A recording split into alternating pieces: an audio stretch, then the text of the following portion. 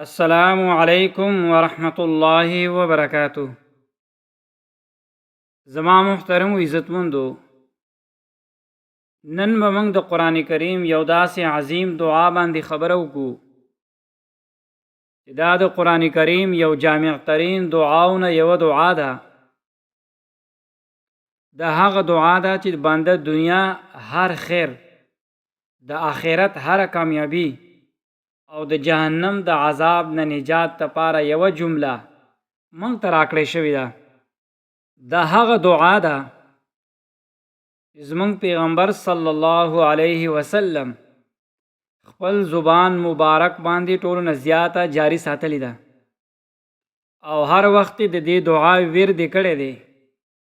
صحابه کرامو چې دا وکتل، پیغمبر علیه الصلاة والسلام دا دعا فرمایي، نه هغې به هم دا دعا ډیره ضرور لوستله. دغه دعا هغه الفاظ مبارک دا دي: ومنهم من یقول ربنا آتنا فی الدنیا حسنه وفي الآخرة حسنه وقنا عذاب النار.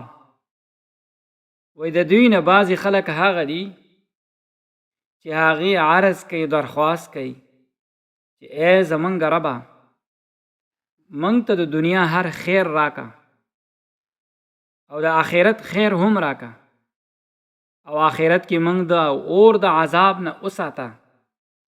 زما محترم و عزتمندو، لږ سوچ او فکر وکړو. دنیا کې هر انسان څومره خواهشات دي.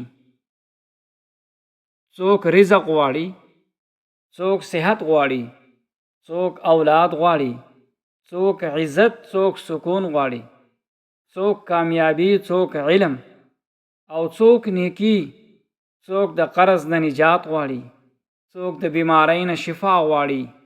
لیکن الله جل جلاله موږ ته داسې دعا وښودله چې دغه ټول نعمتونه په یو لفظ حسنه کې راجمع کړي دي. بیا دا صرف دنیا نه ده، بلکې د آخرت کامیابی هم پکې غوښتلی شوې ده.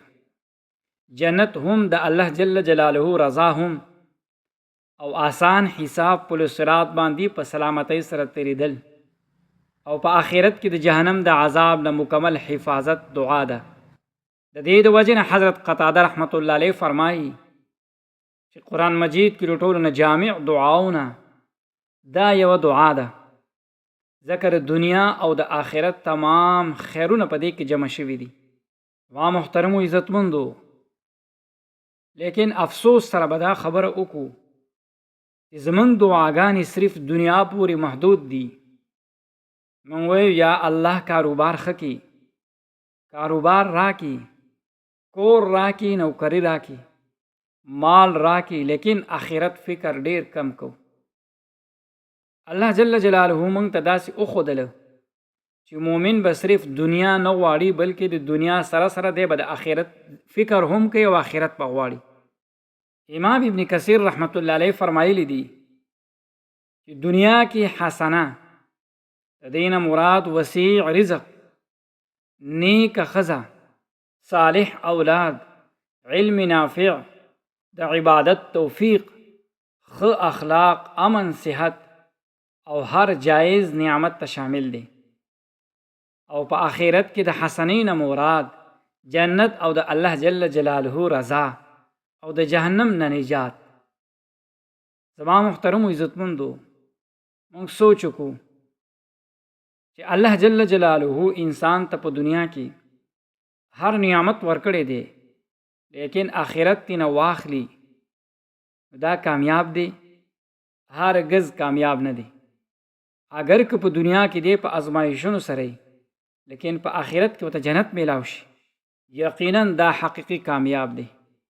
د دې د وجې نه امام فخر الدین رازی رحمت الله علیه فرمایي که یو کس ټول ژوند کې صرف دا دعا غواړي، دنیا او آخرت هر خیر دی غواړي، ځکه حسنه کې هر قسمه خیر په هغې کې دنده ایښودلی شوی دی. ما محترم و عزتمندو، صحیح بخاری او صحیح مسلم کې انس ابن مالک رضی الله تعالی عنہ نه روایت دی، پیغمبر علیه الصلاة والسلام د ټولو نه زیات دا دعا غوښتلې ده ربنا آتنا فی الدنیا حسنه وفی الآخرة حسنه وقنا عذاب النار. دا دعا د پیغمبر علیه الصلاۃ والسلام محبوبه دعا وه او موږ له پکار دی چې په خپل معمولاتو کې شامل کو او خپل ژوند کې راولو. راځئ چې نن نه دا عهد وکړو چې د هر مونځ نه بعد په سجدو کې، په تهجدو کې، په سفر کې، په افطار په وخت کې او د قبولیت په هغه وختونو او ټیمونو کې دغه عظیمه دعا وغواړو او خپل معمول جوړ کړو. الله جل جلاله د دې دعا حقیقت او د دې پوهه په دې باندې د عمل کولو توفیق د دنیا تمام خیرونه الله جل جلاله دې موږ له راکړي او موږ د جهنم د عذاب نه محفوظ وساتي.